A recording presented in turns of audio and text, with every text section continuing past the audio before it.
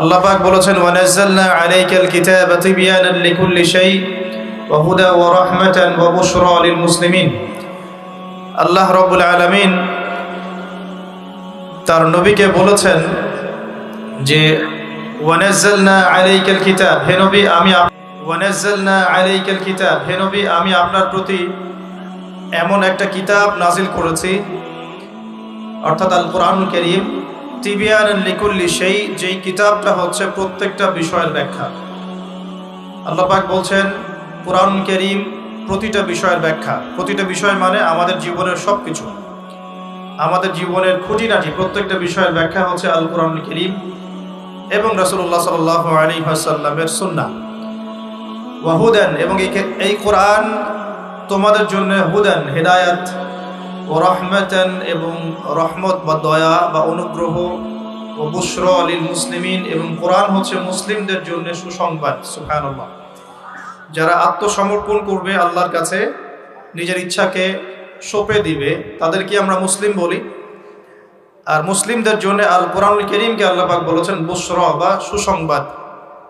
কোরআনকে আল্লাহ পাক এখানে চারটা বিষয় বলছেন। কোরআন হচ্ছে তিবয়ানান লিকুল্লি শাই, প্রতিটা বিষয়ের খুঁটিনাটি ব্যাখ্যা। 1, 2, কোরআন হচ্ছে হেদায়াত, অর্থাৎ গাইডেন্স, যেটা পথ প্রদর্শন করবে আমাদেরকে ইনশাআল্লাহ তাআলা। 3 নম্বর, কোরআন হচ্ছে আল্লাহর পক্ষ থেকে রহমত বা দয়া, অনুগ্রহ। এবং 4, কোরআন হচ্ছে বুশরা লিল মুসলিমিন, মুসলিম জাতির জন্য কোরআন হচ্ছে সুসংবাদ। এখন আল্লাহ পাকের বক্তব্য অনুযায়ী আল কোরআনুল কারীমে প্রতিটা বিষয়ের ব্যাখ্যা থাকা উচিত, এমনটা আল্লাহ পাক বলেছেন। সত্যি কি আল কোরআনে প্রত্যেকটা বিষয়ের ব্যাখ্যা আছে না নাই? আমাদের ব্যক্তি জীবনের হেদায়াত কোরআনে আছে কি নাই? কিভাবে ইবাদত বন্দেগী করতে হবে, কালিমা, নামাজ, সওম, হজ, যাকাত, এই বিষয়গুলো কোরআনে বর্ণিত আছে না নাই? এখন যদি প্রশ্ন করি যে কোরআনের কোথায় বলা আছে যে এশার নামাজ 4 রাকাত হবে, কে উত্তর দিতে পারবে? কোরআনে কোথায় বলা আছে যে এশার নামাজ, ফরজ নামাজ 4 রাকাত, এবং ফরজ নামাজে 4 রাকাতে 8টা সেজদা করতে হবে? কোরআনে কোথায় আছে? আছে? তো বললাম যে হ্যাঁ আছে। উত্তরটা কি? উত্তরটা হচ্ছে সূরা হাশর আয়াত নাম্বার 7। কোন সূরা? সূরা হাশর আয়াত নাম্বার 7। আল্লাহ পাক বলছেন ওয়ামা আতাকুমুর রাসূলু ফাখুযু, রাসূলুল্লাহ সাল্লাল্লাহু আলাইহি ওয়াসাল্লাম তোমাদেরকে যা দিয়েছেন তা গ্রহণ করো। মোবাইল ফোনে ব্যস্ত না থেকে রাসূলের নাম আসলে দরুদ পড়েন, নাকি হবে ইনশাআল্লাহ।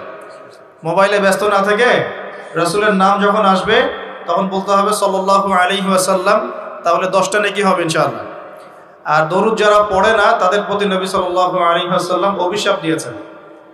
একটা হাদিসে নবীজি বলেছেন সেই ব্যক্তি ধ্বংস হোক যার সামনে আমার নাম উচ্চারিত হয়েছে কিন্তু সে আমার নাম শুনেও দরুদ পড়ে নাই।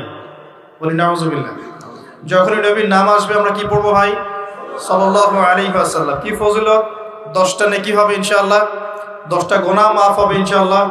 আল্লাহ পাক 10 বার রহম করবেন, মর্যাদার স্তর 10 গুণ বাড়ায় দিবেন ইনশাআল্লাহ।